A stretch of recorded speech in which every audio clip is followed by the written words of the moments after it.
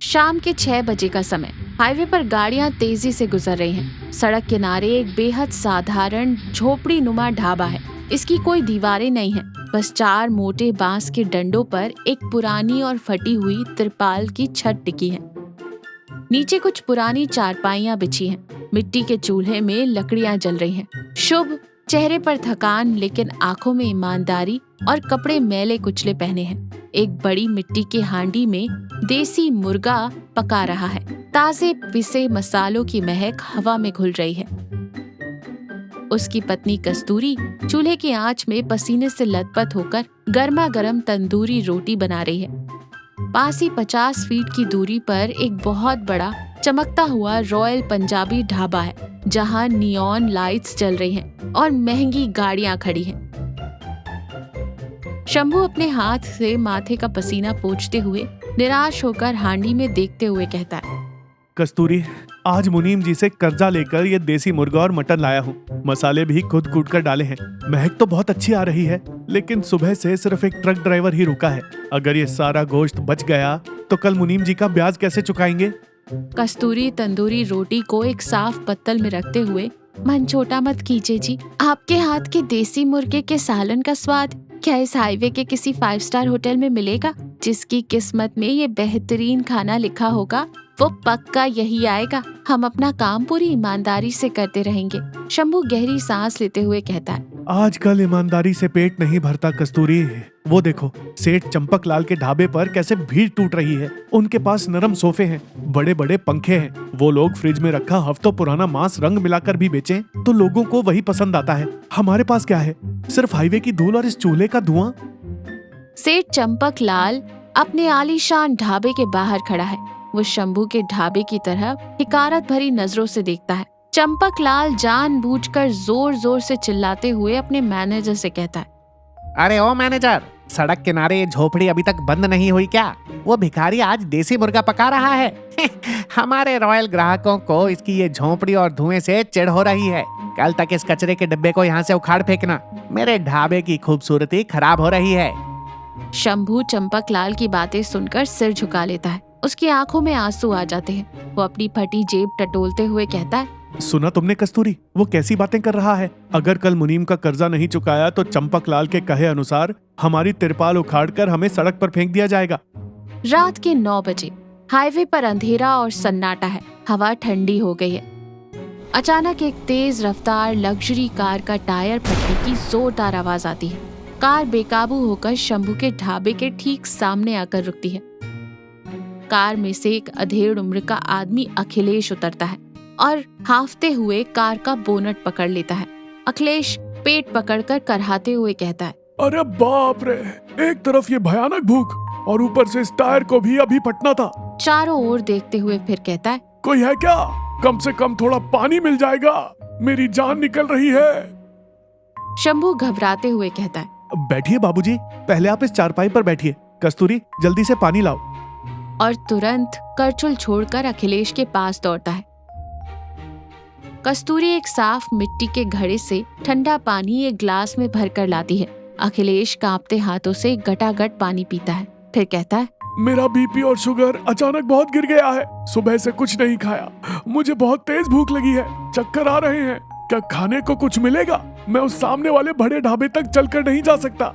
शंभू संकोच के साथ और विनम्रता से कहता है, बाबूजी, उस बड़े ढाबे में जाने का कोई फायदा भी नहीं है। वहाँ सब पैकेट बंद और केमिकल रंग वाला खाना मिलता है। मेरे पास देसी मुर्गे का रसेदार सालन, गर्मा गर्म तंदूरी रोटियां और थोड़ा मटन कीमा फ्राई है। झोपड़ी है, लेकिन हमने इसे बहुत साफ रखा है बाबूजी, अगर आपकी इच्छा हो तो। अखिलेश बेताबी से मसालों की महक सूंघते हुए कहता है, देसी मुर्गे का सालन जो भी है जल्दी ले आओ भाई, भूख के मारे प्राण निकल रहे हैं। कस्तूरी तुरंत एक बड़ा केले का पत्ता लाकर चारपाई पर बिछाती है। उस पर गर्मा गर्म तंदूरी रोटियां रखती है। शंभू एक साफ मिट्टी के कटोरे में हांडी से निकालकर भाप उड़ता हुआ देसी मुर्गे का सालन परोसता है। साथ में थोड़ा मटन फ्राई, कच्चे प्याज के टुकड़े और नींबू रखता है। अखिलेश पहली तंदूरी रोटी का टुकड़ा सालन में डुबोकर जैसे ही मुंह में रखता है, उसकी आंखें खुशी से बड़ी हो जाती हैं। वो हैरान रह जाता है। आहा, उसकी आंखों में आंसू आ जाते हैं। क्या स्वाद है ये! ये देसी मुर्गा, ये तंदूरी रोटी, ये तो बिल्कुल मेरी माँ के हाथों के गांव वाले स्वाद जैसा है भाई। असली मसाले और बिल्कुल शुद्ध। अखिलेश बिना कुछ और बोले बहुत ही तृप्ति और आनंद के साथ सारा खाना खा जाता है। अखिलेश हाथ धोकर गहरी संतुष्टि की सांस लेता है। तुमने आज सिर्फ मेरा पेट नहीं भरा भाई, मेरी जान बचाई है। मांस पकाने का ऐसा शुद्ध स्वाद शहर में कहीं नहीं मिलता। तुम्हारा नाम क्या है? शंभू हाथ जोड़कर विनम्रता से कहता है। मेरा नाम शंभू है बाबूजी। बस 2 वक्त की रोटी के लिए मेरी पत्नी और मैंने मिलकर ये छोटा सा इंतजाम किया है। अखिलेश अपना पर्स निकालते हुए कहता है। ये छोटा सा ढाबा नहीं है शंभू, ये साक्षात अन्नपूर्णा का मंदिर है। ये लो तुम्हारे पैसे। वो शंभू को 2000 रुपए का नोट देता है, जबकि खाने का बिल मुश्किल से 200 रुपए रहा होगा। शंभू घबराते हुए कहता है। नहीं बाबूजी, मेरे खाने के लिए 100-200 रुपए ही काफी हैं। ये बहुत ज्यादा है। अरे रख लो शंभू, ये खाने के लिए नहीं, तुम्हारे हाथों के हुनर का इनाम है। और ये लो मेरा विजिटिंग कार्ड। मैं शहर का बहुत बड़ा मीट एंड स्पाइसेस होलसेल व्यापारी हूँ। कल शहर आना, तुम्हें जितना भी उच्च क्वालिटी का मांस और मसाले चाहिए मैं अपनी फैक्ट्री से आधे दाम में दिलवाऊंगा। तुम्हारे हाथों का स्वाद सैकड़ों लोगों तक पहुंचना चाहिए। शंभू और कस्तूरी कृतज्ञता से हाथ जोड़ते हैं। पीछे जलते चूल्हे की रोशनी में शंभू की आंखों में उम्मीद की एक नई चमक दिखाई देती है। 2 हफ्ते बाद का दृश्य, दोपहर का समय। शंभू के ढाबे की तस्वीर पूरी तरह बदल चुकी है। अब वहाँ 10-15 ट्रकों की लाइनें लगी हैं। शंभू बेहतरीन क्वालिटी का मांस इस्तेमाल कर रहा है। देसी मुर्गा, मटन फ्राई और तंदूरी रोटी की सुगंध पूरे हाईवे पर फैली हुई है। कई ट्रक ड्राइवर चारपाइयों पर बैठकर पसीना पोंछते हुए चाव से तंदूरी रोटी और मटन खा रहे हैं।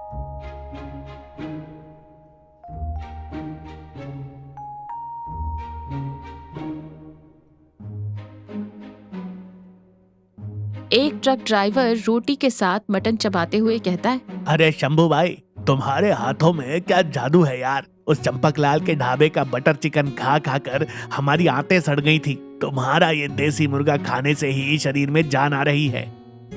चंपकलाल अपने महंगे ढाबे की कांच की खिड़की से ये सब देख रहा है। उसका ढाबा पूरी तरह खाली पड़ा है। उसका चेहरा गुस्से से लाल हो जाता है। वो अपने हाथ का चाय का ग्लास जमीन पर पटक कर तोड़ देता है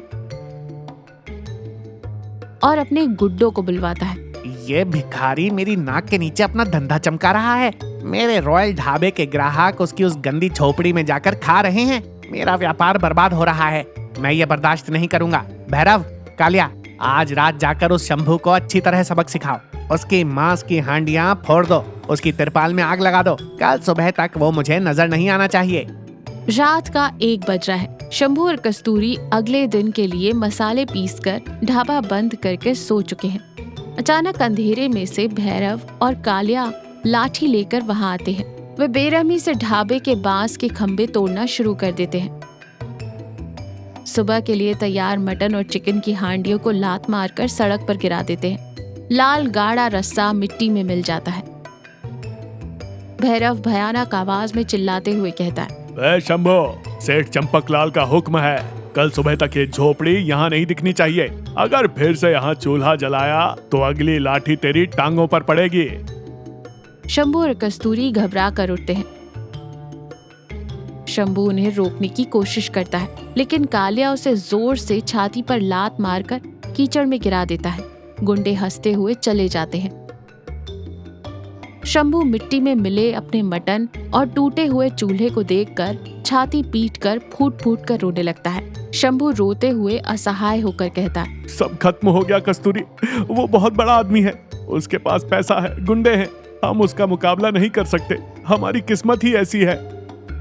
कस्तूरी आंसू पोंछते हुए शंभू का कंधा पकड़कर उसे उठाते हुए दृढ़ता से कहती है।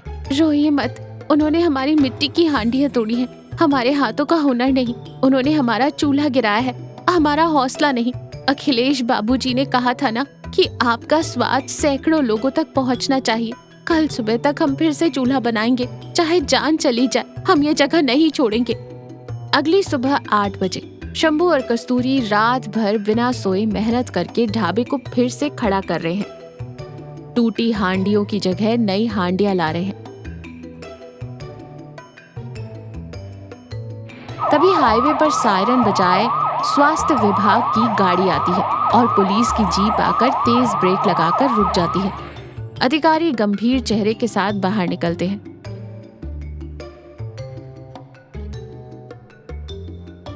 सेठ चंपकलाल रॉयल पंजाबी ढाबा का मालिक कहाँ है?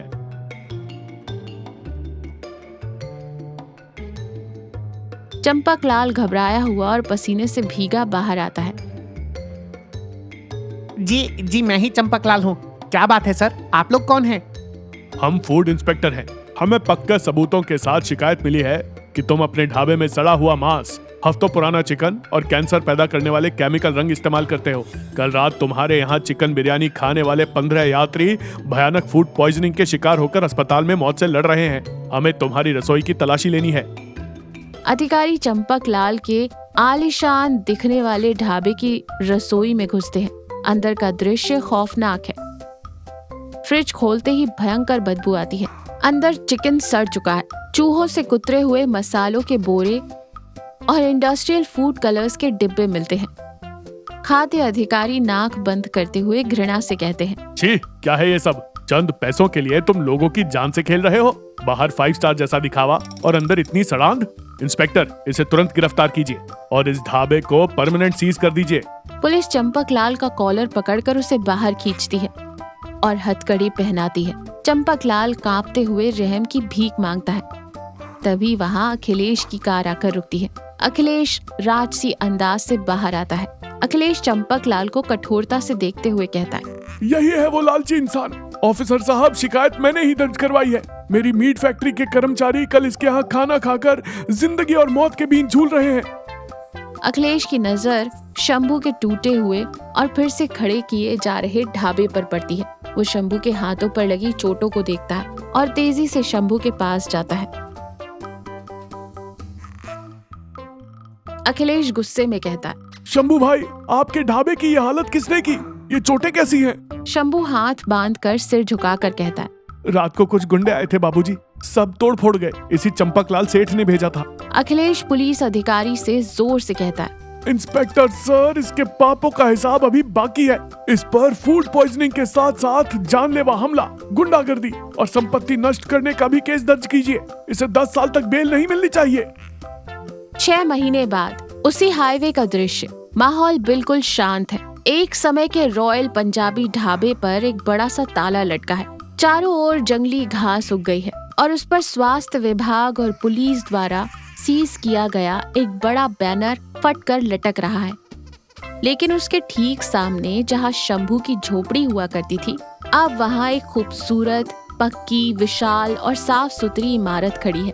उसके ऊपर बड़े अक्षरों में गरीब का हाईवे ढाबा, यहाँ देसी मुर्गा और मटन मिलेगा का बोर्ड चमक रहा है। अंदर ग्राहकों के बैठने के लिए साफ मेजें, कुर्सियां, लेकिन खाना पकाने का काम आज भी पारंपरिक मिट्टी के बड़े चूल्हों पर ही हो रहा है। अखिलेश एक खास मेज पर बैठा है और देसी मुर्गे का लेग पीस और तंदूरी रोटी बहुत ही मजे से खा रहा है। अखिलेश संतुष्टि के साथ कहता है, वाह शंभू, झोपड़ी चली गई और पक्की इमारत आ गई। ढाबा बड़ा हो गया, लेकिन तुम्हारे हाथों का वो जादुई स्वाद और खाने की शुद्धता बिल्कुल नहीं बदली। लाजवाब। शंभू हाथ जोड़कर आंखों में खुशी के आंसू लिए कहता है, ये सब आपकी मदद और भगवान की कृपा है बाबूजी। आपने मुझे सही समय पर उच्च क्वालिटी के मांस और मसालों के व्यापार के बारे में बताया और ये पक्का ढाबा बनवाने के लिए बैंक से लोन भी दिलवाया, वरना ये गरीब तो उस रात ही मिट्टी में मिल गया होता। कस्तूरी शंभू के पास खड़े होकर कहती है, और सबसे जरूरी बात बाबूजी, दूसरों को कुचलकर आगे बढ़ने का दिखावा और धोखा बस कुछ दिनों तक चलता है, लेकिन कड़ी मेहनत और ईमानदारी का स्वाद जिंदगी भर साथ निभाता है। भगवान ने आज हमें यही सिखाया है और इसी के साथ ये कहानी यहीं खत्म होती है।